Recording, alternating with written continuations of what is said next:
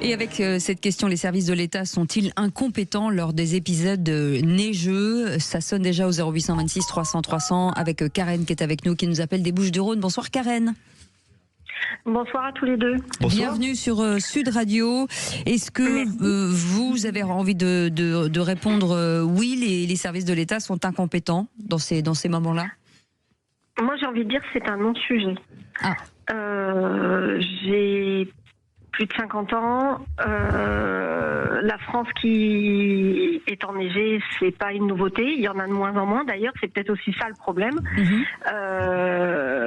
Quand on a appris à conduire et à passer le permis de conduire, on nous apprenait à avoir certains réflexes sur la neige, notamment en nous faisant conduire sur de l'eau pour simuler de l'aquaplaning et pour pouvoir éventuellement avoir quelques sensations de ce que ça pourrait être le jour où on conduirait sur la neige.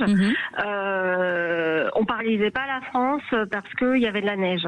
Maintenant, je pense que d'une part, les gens sont plus formés à conduire quand il y a ce type d'événement. Moi, je suis originaire de la région centre, donc c'est vrai que dans les Bouches-du-Rhône, de la neige, il y en a encore moins souvent. Mais en région centre, j'ai connu 85 où il faisait moins 25, où il y a eu 78 et il y a eu 85. Je m'en souviens. Voilà, 78. Voilà, moi non, aussi. j'étais pas née en 78, pardon. Oh la mytho. Pardon Karen.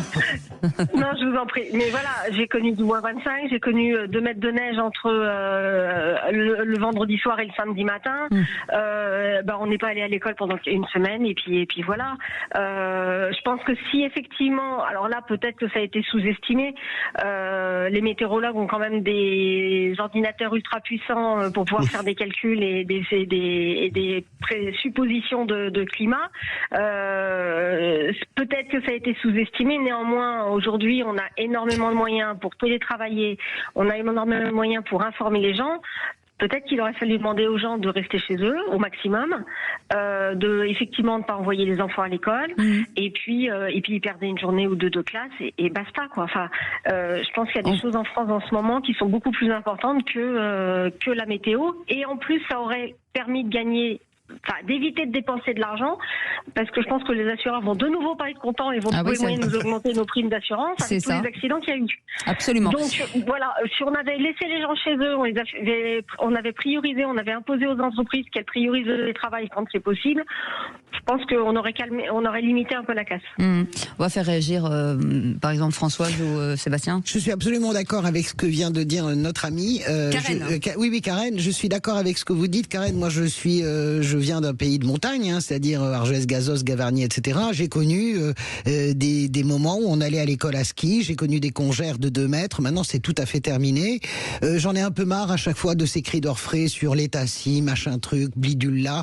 Hier par exemple, mais le préfet des Yvelines par exemple a très bien réagi avant-hier, il a dit aux gens de prendre leurs précautions, aux parents d'aller chercher les enfants un peu plus tôt à l'école, etc. Ça dépend aussi des gens qui sont à la tête des préfectures. Et voilà. Après, les chasse-neige, qu'est-ce que vous voulez que je vous dise? Vous allez pas. Je regardais un reportage sur la Charente-Maritime. Que voulez-vous que la Charente-Maritime fasse en s'équipant de chasse-neige? Ils sont bloqués depuis 2 jours parce que ils n'ont pas des réserves de sel, etc. Ce n'est pas si dramatique objectivement. Sébastien Maynard. C'est pas dramatique. Évidemment, à Gavarnie, on vous a appris à skier et c'est normal. À Montmartre, comme c'était le cas hier, c'est quand même beaucoup plus rare. C'est pour ça. Raison de plus. Non, mais j'en plaisante un peu. Mais ce qu'on a du mal à dire, c'est qu'aujourd'hui, les épisodes, je dirais, neigeux, comme la flotte, quand elle tombe, on n'était pas habitué il y a quelques années à avoir sur nos autoroutes, chère Françoise de Gois, 20 cm d'eau. Aujourd'hui, vous pouvez avoir en 50 minutes 20 cm d'eau sur une autoroute qui est totalement impraticable. Vous avez des épisodes neigeux qui sont beaucoup plus concentrés, beaucoup plus rapides, beaucoup plus puissants.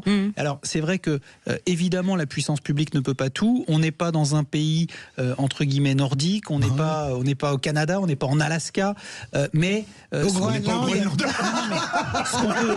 Les grosses vannes à 2 balles. Ça va, mais ce qui peut parfois agacer un certain nombre de nos concitoyens, c'est de se dire, mais on le sait qu'il y a un changement climatique, on le sait qu'il y a plus de flotte, on le sait que la nature quelque part reprend ses droits de manière beaucoup plus rapide, beaucoup plus violente, et qu'on fait pas grand chose. Voilà. Et quand on se dit que, non, on fait pas grand chose. Quand vous avez des autoroutes qui sont bloquées, alors soit à ce moment-là, il faut anticiper, il faut fermer le périphérique, il faut fermer ceci, bien sûr. faut fermer cela. Et puis il faut anticiper, pas prendre ta bagnole quand on te fait. Soit il faut s'équiper. Non mais il y a une responsabilité de chacun. Sébastien, non, mais Sébastien, d'abord, ne sois pas insultant avec le Bangladesh, petit 1, et deuxièmement, vous avez raison, faut pas exagérer, et deuxièmement, quand les gens vous disent, il y a une alerte neige, eh bien, vous ne prenez pas votre voiture pour aller sur l'autoroute, parce que ça veut dire, on peut pas. Surtout si vous avez peur sur la neige. On peut pas gueuler en permanence sur tout. Dans ce pays. Il y a des gens qui écoutez, bossent dans ce pays. les RER fonctionnaient, sauf les RER qui passaient à la surface. Mais quand vous êtes artisan, vous n'allez pas bosser en RER. Écoutez, moi, je veux bien tout ce qu'on veut. David qui voudrait parler. J'en ai un peu marre d'entendre tout le temps gueuler sur les services publics. Je vous avoue une chose, j'ai été pris dans une tempête de neige samedi. Mais c'était pas en France. J'étais en Allemagne, à Baden-Baden. Vous voyez. Qu'est-ce que vous faisiez à Baden-Baden? Je vous réponds avec un argument massu. Il y a des nightclubs. Il y a des nightclubs à Baden-Baden. Non, pas du tout. J'étais en famille et d'un seul coup, tempête de neige. Pour rentrer, alors c'était vraiment rock'n'roll. Ce qu'il y a de fou, on s'est arrêté sur un parking de supermarché. Vous aviez le petit 4x4 du supermarché qui faisait chasse-neige et qui déblayait le parking. Mais ils en habitent. Le temps d'arriver, c'est pas très loin de la France. Hein. Baden-Baden, c'est à 20 km avant de la France. Attendez, je termine. C'est pour ça qu'il est coiffé en esquimau. Et après, on a pris l'autoroute. C'est une assez grosse autoroute. Hein. C'est celle qui va de Karlsruhe à Bâle. Il y avait les chasse-neige. Alors, il y avait des accidents. Ça, c'est vrai. J'ai trouvé que les Allemands étaient pas très prudents parce que beaucoup étaient sortis de la route. Allez, mais surtout, il y avait des chasse-neige de partout et l'autoroute était déjà déneigée alors qu'il neigeait depuis même pas une heure. Et ça, j'ai trouvé que l'organisation des services publics allemands dans ce domaine, sur les autoroutes, était vraiment excellente. Allez, on fait une petite pause. Pierre-Laurent, vous êtes avec nous. Vous bougez pas. Oui, bonjour. On revient dans un instant, bougez pas. Karen, bougez pas, on revient dans un instant. À tout de suite. Les vraies voix jusqu'à 19h. Sud Radio. Sud Radio. Parlons vrai. Parlons vrai. Sud Radio. Parlons vrai. 17h-20h, Philippe David, Cécile de Ménibus. Normalement, Les Vraies Voix devrait être une émission calme, mais avec Sébastien Meiner et avec Françoise Degois, je ne réponds de rien, je vous le dis tout de suite. C'est elle qui a commencé. Mais non, mais on est hyper cool, vous parlez du Bangladesh. On peut dire qu'en parlant de Gavarni, elle a fait son cirque. Voilà. Exactement.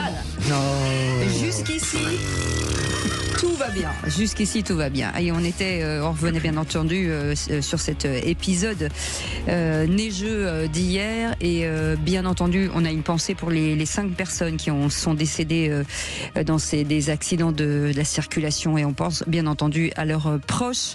Avec cette question, est-ce que les services de l'État sont-ils incompétents lors d'épisodes neigeux? Karen est avec nous toujours. Pierre-Laurent est avec nous au 0826 300 300 qui nous appelle de Toulouse. Bonsoir Pierre-Laurent. Merci d'avoir accepté notre invitation. Bonsoir à tous et meilleurs vœux. Meilleurs vœux également. Bienvenue. Les services de l'État ne sont pas incompétents qu'en hiver. Ils sont aussi incompétents le reste de l'année. Faut pas y aller quand même. Donc, moi j'ai vécu au Luxembourg pendant 22 ans, Luxembourg, Allemagne et Luxembourg, Belge. Là, on se tapait quelquefois certains hivers 50 cm de neige. On prenait la route, on prenait les autoroutes, comme disait tout à l'heure, je sais plus qui, une heure après. Non, Philippe David. Oui, sur Baden-Baden, oui, où j'étais samedi. Voilà. Moi j'étais sur Trèves et sur Luxembourg, et même en Belgique, mais c'était déblayé tout de suite. En Belgique, j'habitais un petit village. Dès qu'il neigeait, on avait le paysan qui venait avec son tracteur, la brosse, donc il y avait la brosse qui récupérait et la benne qui récupérait à la mairie, et il dégageait les rues du village avec son tracteur, la brosse et le chasse-neige s'il fallait, et la benne à sel. Voilà.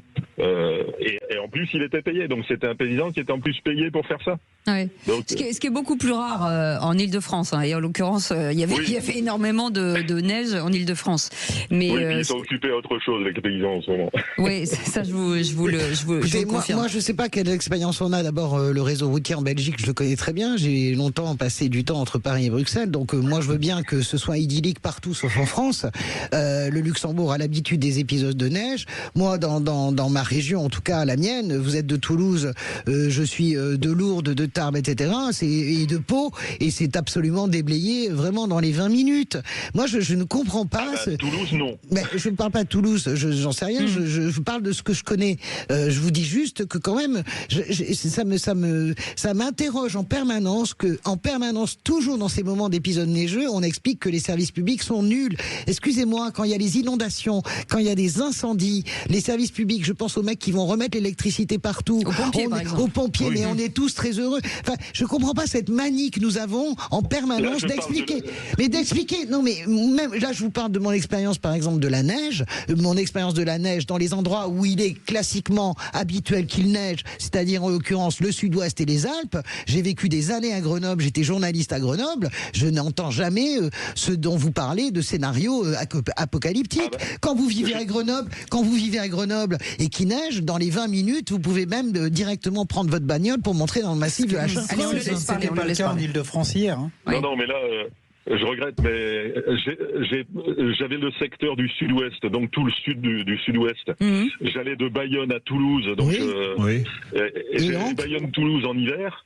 Ben, je peux vous dire que du côté de Cap-Verne et même toute l'autoroute d'un bout à l'autre, le col de Cap-Verne, vous devez connaître. Non, mais la côte c'est pas déneigé. Donc Françoise, qu'on paye. Alors je vous explique juste. Un service qui n'y est pas. Quand on arrive au péage, on paye le même prix, alors qu'on est bloqué sur une autoroute à péage. Il y a des gens qui restent quelquefois 24 heures sur une autoroute à péage. Et c'est pas déneigé, c'est inadmissible. C'est impossible, monsieur. Vous payez pas. Mon ami Pierre Laurent, c'est impossible que vous m'expliquiez que vous êtes sur l'autoroute et que vous aviez pu prendre la côte de Cap-Verne si elle n'est pas déneigée, ça n'existe pas. La côte de Cap-Verne, écoutez, mais objectivement, je sais rouler et je l'ai prise et je l'ai déjà prise sous la neige, franchement. J'avais le neige qu'il fallait. Ah ok, d'accord, vous êtes tous des super-héros. Il parle. Mais en roulant à 20 à l'heure. Ah ben vous roulez pas avec les autoroutes. Je roulais pas à 100 à l'heure. Oui. J'ai eu l'habitude pendant des années de rouler dans la neige. Et on paye pas 25 balles d'autoroute pour rouler à 20 à l'heure sur l'autoroute. Oui. Tout à fait. Ou être bloqué complètement. Évidemment. Et alors, vous avez raison. Une autre chose aussi, c'est que j'ai voulu traverser la rue pour chercher du boulot, mais la rue est glissante. Donc, si vous connaissez quelqu'un qui cherche un poste de formateur ou d'expert en bâtiment sur tout ce qui est chauffage, climatisation et tout ça, ça m'intéresse. Ah ben voilà, ça c'est bien, on est tous d'accord. On est tous d'accord. Rouler sous la neige. C'est ça. Non mais je crois que le problème... Karen, vous êtes toujours là? Pardon. Oui, je suis toujours là. Vous pouvez réagir, Karen.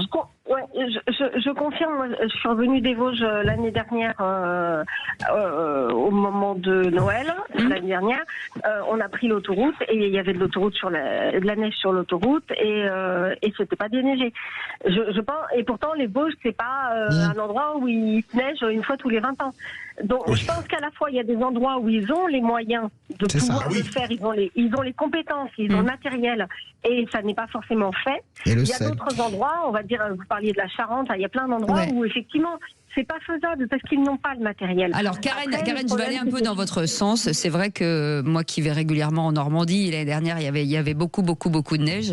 On se dit au prix finalement où on paye les autoroutes, ce serait bien de les fermer, de sabler ou de la nuit. Mais donc c'est pas le fait des services publics en réalité. Les autoroutes sont privatisées. Donc ça veut dire aussi que ça dépend ça dépend. Évidemment, vous parlez d'autoroutes, mais les autoroutes, je rappelle, sont privatisées. Donc, allez Françoise, vous avez beaucoup parlé.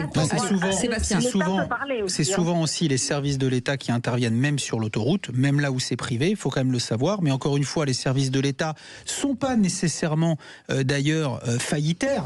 Mais quand vous avez les 35 heures, quand vous avez les problèmes à faire des plannings, quand vous avez tout ça et qu'il faut mobiliser des gens, parce que regardez, on les voit dans nos collectivités, pour mobiliser des gens, c'est pas que les agents des services publics veulent pas faire leur boulot. Chez nous, ils ont du matériel, ils ont absolument tout ce qu'il faut. Mais coordonner tout ça parfois sur des moments qui sont où on se dit allez, ça va passer, ça va neiger, mais ça va pas complètement bloquer. Il faudrait plus de moyens, plus de personnel. C'est ça. Et voilà. Et ce qui engendrerait plus de sécurité. Merci en tout cas, Karen. Évidemment. Merci beaucoup, Pierre Laurent. Et faites attention à vous, bien entendu, sur la route. Allez, si vous étiez ministre.